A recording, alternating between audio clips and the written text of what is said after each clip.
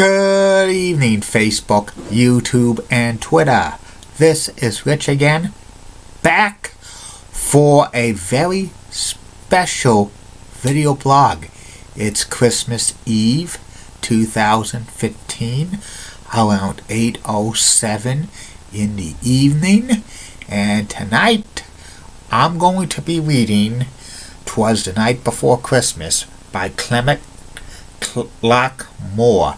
It's one of the most famous Christmas short stories ever, and it's a very, very good short story about Christmas. And here it is. "'Twas the night before Christmas, when all through the house not a creature was stirring, not even a mouse.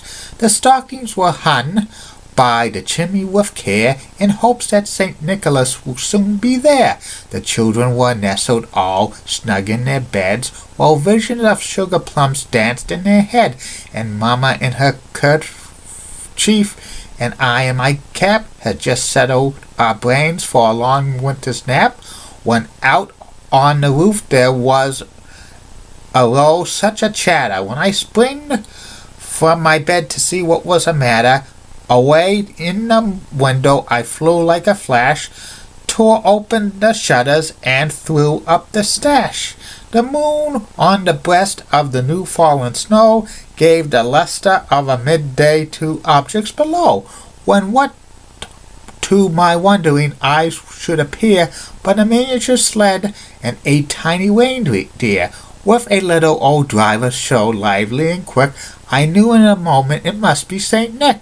More rapid than eagles, his coursers have come, as they whistled and shouted and called them by name. Now Dancer, now Prancer, now Vixen, now Comet, now Cupid, now Donna, on Blitzen, on top of the roof, the porch, on top to the top of the wall. Now dash away, dash away all.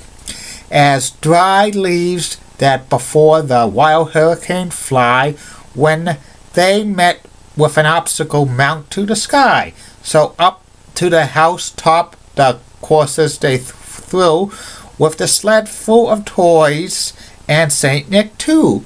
And then in a twinkle I heard on the roof the prancing and pawing of each little hoof. As I drew in my head was turning around, down the chimney St. Nicholas came with a bound. He was dressed in all fur from his head to his toe, and his clothes were all tarnished with ashes and smoked. A bundle of toys he had flung on his back, and he looked like a peddler just opening his pack.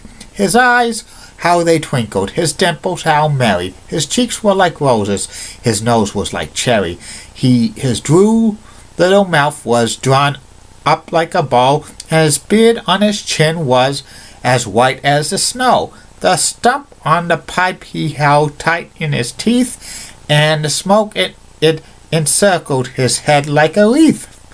He had a broad face and a little rounded belly that shook when he laughed like a bowl full of cherry. He was chubby and plump, a right jolly old elf, and as I laughed when I saw him, in spite of myself, a wink in his eyes and a twist of his head soon gave me to know I had nothing to dread.